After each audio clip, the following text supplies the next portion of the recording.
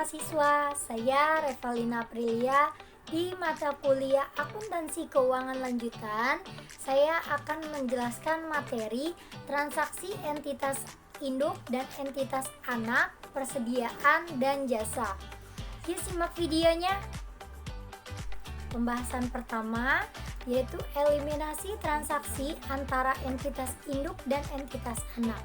Entitas induk dan entitas anak sering terlibat dalam transaksi seperti transaksi jual beli persediaan, jual beli aset tetap, atau pemberian pinjaman. PSAK 65 revisi 2014 menyebutkan transaksi yang melibatkan entitas induk dan entitas anak sering disebut dengan transaksi antar entitas dalam kelompok usaha. Transaksi antar entitas dalam kelompok usaha harus dieliminasi. Entitas induk dan entitas anak merupakan satu entitas tunggal, maka transaksi antar entitas anak dan induk menjadi transaksi di dalam entitas yang dampaknya harus dieliminasi. Pembahasan kedua yaitu ilustrasi transaksi antar entitas dalam kelompok usaha, seperti contoh ini. Selanjutnya yaitu dampak terhadap pencatatan entitas induk dan jurnal eliminasi. Yang pertama, dampak terhadap pencatatan entitas induk. Transaksi jual beli persediaan antara entitas induk dan entitas anak merupakan contoh transaksi antar entitas dalam satu kelompok usaha. Keuntungan atau kerugian yang muncul dari jual beli persediaan belum terrealisasi selama persediaan tersebut masih berada di entitas induk atau entitas anak.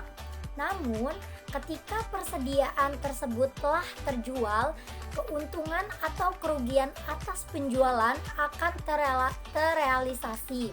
Hal ini sesuai dengan ketentuan dalam PSAK 15, investasi pada entitas asosiasi dan ventura bersama, yang menyatakan bahwa keuntungan atau kerugian yang dihasilkan dari transaksi hulu atau hilir diakui dalam laporan keuangan entitas hanya sebesar bagian investor lain dalam entitas anak. Metode ini yang sering disebut dengan istilah Fully Adjusted Equity Method.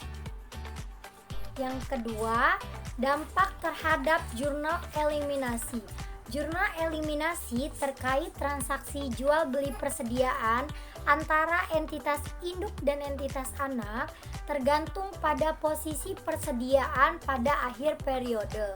Ketika seluruh persediaan yang diperoleh dari entitas induk sudah terjual ke perusahaan non-afiliasi pada periode yang sama dengan periode perolehannya, maka jurnal eliminasi dibuat untuk menghapus angka penjualan dan beban pokok penjualan sebesar angka penjualan persediaan entitas induk ke entitas anak.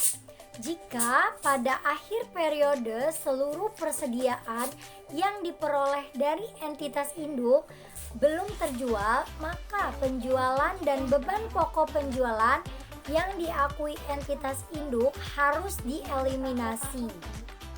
Nah, sobat mahasiswa, itu tadi sedikit penjelasan mengenai materi transaksi entitas induk dan entitas anak, persediaan dan jasa. Semoga bermanfaat ya. See you.